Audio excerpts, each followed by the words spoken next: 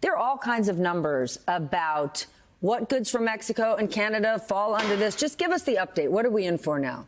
Are our avocados more expensive today?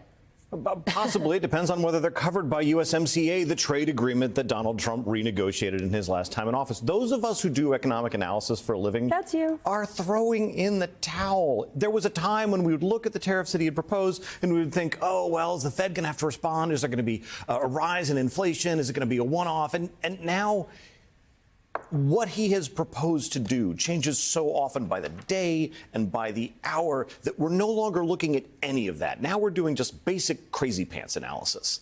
There is a basic bedrock of competence and sanity that underlies everything else that's happening in the economy. And when we look at what's happening right now in the stock market, there's nothing else to explain it other than a slow, jittery sense that we can't make plans right now. And when you look at the Beige Book, these are the reports of what manufacturers tell the Fed. They're basically saying, we don't know whether we can invest. They say they support the president, but they just don't know what to do right now because so many different things are happening at this stuttering pace that jumps forward and backwards and doesn't make any sense that we're actually now doing crazy pants analysis. Let's be clear. They have no choice but to say they're supporting the president. Sure. Peter, the president says he doesn't even look at the markets, and the decision to roll back some of those tariffs had nothing to do with that volatility. Do you buy that? Well, look, if he's not looking at the market, it's the first time, right? We know from his first term how much the market was his metric of success. Day after day, he would point to some new record and some new high, and he would say, see what I'm doing it right, the stock markets are great. And if by definition the stock markets are great, in his mind, everything else was great too. So to say he's not looking at it now, of course, is because it's not doing well. If you invested money the day he took office, you've lost money. That's not something he wants to focus on, obviously. And look, you know, it is true. Markets go up, markets go down. We don't really know what the long-term effect is going to be. But I mean, to the point we were making, the volatility, the uncertainty, the inability to make plans is not what business wants. Business wants predictability. It wants to be able to know what's going to happen a week from now, a month from now, even a year from now, so they can, you know, they can make long-term strategy decisions on what they're going to do. And that's just impossible in today's environment. John, despite the president and his team for months and months saying it's the other countries that pay the tariffs, there's a new poll out from The Economist that says most Americans actually know better. They know that they are the ones, we are the ones that are footing the bill, paying for these tariffs. Do you think that is what has caused the president to pull back so quickly? Yes, Stephanie, let's set aside the BCPA, the basic crazy pants analysis for a minute and go to our sort of normal basic analysis, which is that when you put tariffs on other countries' goods and they come into this country, guess who the costs get passed on to? They get passed on to consumers. And I think this is a big point about the markets. You know, Trump loved to talk about the markets. The markets are not a measure of the economy. But what is a measure of the economy is growth. And what we're hearing increasingly from forecasters is that they are concerned that growth will either slow or we may even start to see negative growth if the president continues on the economic path that he's on right now. Knocking on stagflation's door. Brendan, even with these exemptions, Howard Lutnick keeps reminding us they're only for a month. So if you're any one of these businesses, what do you do? Do you spend that month frantically figuring out how do you produce and create the stuff that they do in those other countries that we need to do here? No, you spend it frantically figuring out how to lobby the president for another exemption. I've been wondering sort of why would you put up a 25% tariff wall? That's so abrupt. There's not enough time for anybody to adjust. You know there's going to be a crash. I wonder whether it's not just about leverage externally, because as we saw, he doesn't seem to have gotten anything out of either Canada or Mexico. He didn't get any concessions. But what he did get is a show of fealty from business leaders internally who can go to him and say, can you carve out an exemption for cars? It was always about exemptions. It was always about exemptions. Yes, and this was true in Smoot-Hawley as well, right? The second you bring up a tariff wall. Are you really bringing up Smoot-Hawley at 11 o'clock at night? Very careful.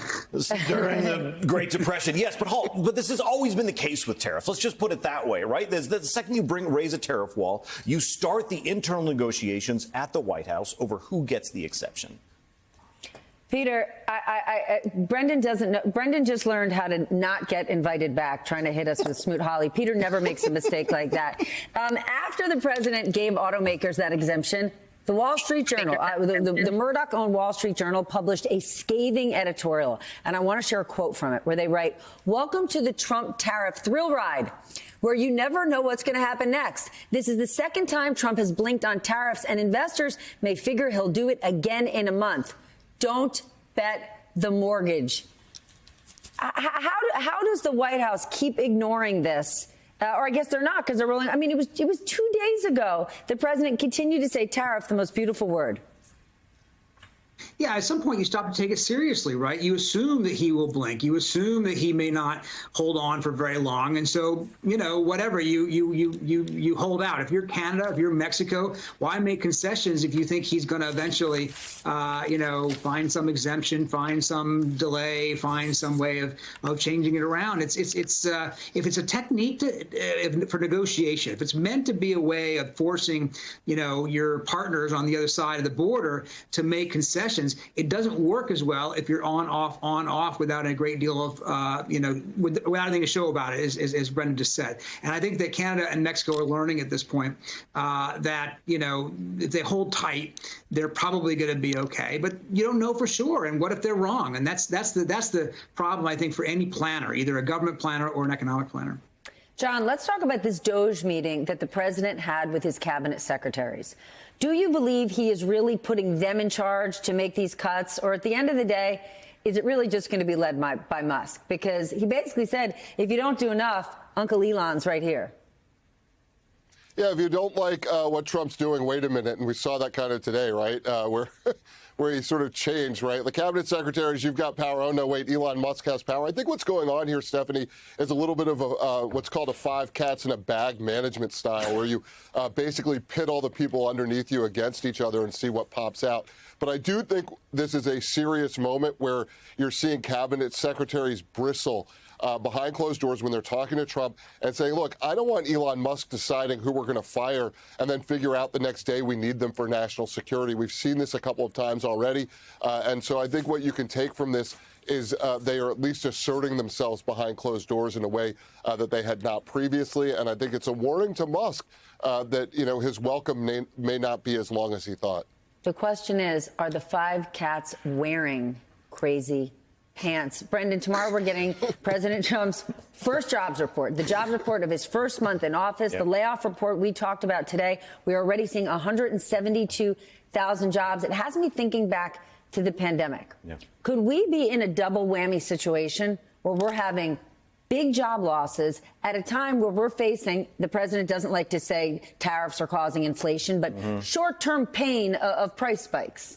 I think we absolutely could. There's another thing going on right now with the jobs numbers is that it's not necessarily true that we can still trust them.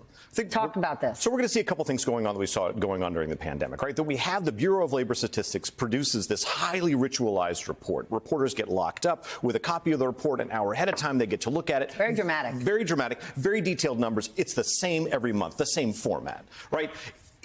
We don't know what they're going to do. We do know that there has been noise about dismissing advisory panels for how these statistics are put together. And there's a sense that maybe we can't trust them. Those numbers would be very hard to fake. But we do know that it's true that just like during the pandemic, we're going to start to look at industry numbers that are produced outside of the government to sort of check back against the government numbers to see if that's actually correct. And also, they come at a more frequent pace. So we saw the ADP numbers, it's just a payroll numbers were way lower than we would have expected. We're not going to get the full result of what we think might happen. It's the first month of his presidency. A lot of this stuff is coming. We're not going to be able to see it in the rearview mirror. I think the numbers are going to be way worse than we would have predicted a month ago.